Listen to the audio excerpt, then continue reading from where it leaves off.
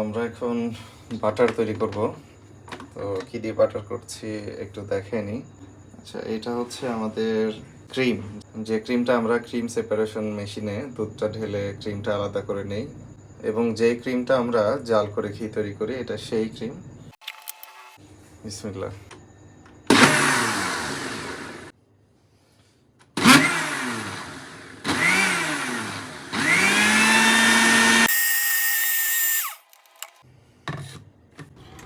Butter এখনো পুরোপুরি ওঠেনি।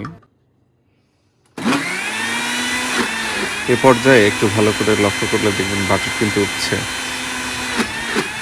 বাটার সল্টেড এবং আনসল্টেড দুটোই করা যায়, অর্থাৎ লবণ দিলে সল্টেড বাটার হয়ে যায়।